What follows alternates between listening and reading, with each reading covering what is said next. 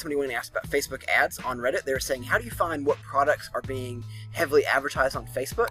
They said they're looking for a niche and don't want to go into a market that's already saturated with stuff that's being advertised heavily on Facebook. Yeah. So Facebook as a platform itself, so there's no way to go on and see, like when you're in an auction, so when you're in an AdWords environment, you can go in and Google has tools to see, most search terms, price per, it's a pure auction environment. Facebook algorithm takes in a lot more into thought when they're actually bidding, so it's a type of auction that takes in the relevancy of your ad account, the relevancy of your ad to the consumer. They measure a lot more than just Google does, on the front end. So I don't know of a way that you can actually go in and look from a perspective of who's advertising, who's spending the most money. So with this question, ultimately, and there's really two ways to look at it. When you're building a business, and really any business, it needs to be something that you enjoy, even remotely, because if not, there's no way that you're going to push through it. For me and my background, I've really only worked with entrepreneurs who are just very ridiculously passionate about the product itself. So they were very passionate about what they made, what they crafted.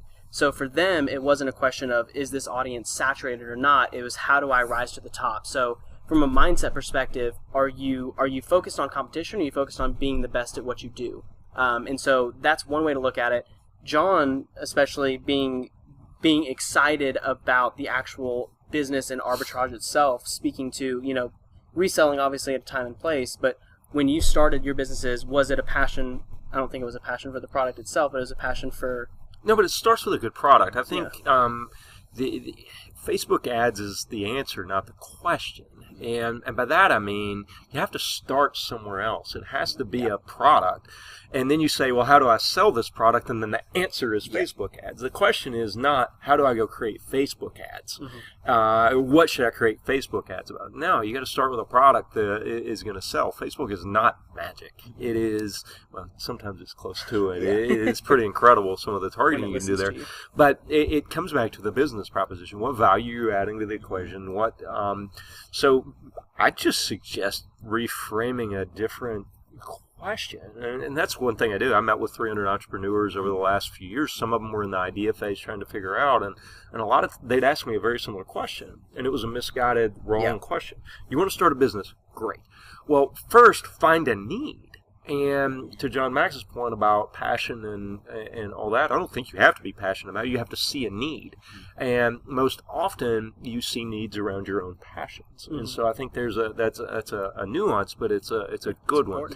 So find a problem, solve it, build that product, then go build Facebook ads. And that is a much easier question to answer. Yeah.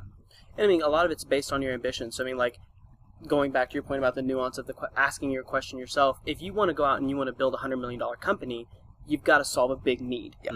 If you're wanting to make a lifestyle business to where you can make $50,000 to $100,000 a year and enjoy the crap out of it, then you don't have to service as large of a need. There needs to be one there, but the magnitude of the problem or the solution that you provide is going to be the magnitude of the revenue that's returned back to you. It comes back to the end game. I mean, we're sitting here. We want to take over the world of e-commerce. We're structured a little different than most, so we come at it from that perspective. If you're looking to raise capital, okay, yes, you've got to be able to provide a logical way to 100x the capital that's come in. But that niche business that you can create, there are endless number of these 50, 100, 250, $500,000 businesses that are sitting there waiting to be discovered. So reframe the question, ask it a little different way. I'm pretty sure you'll find one.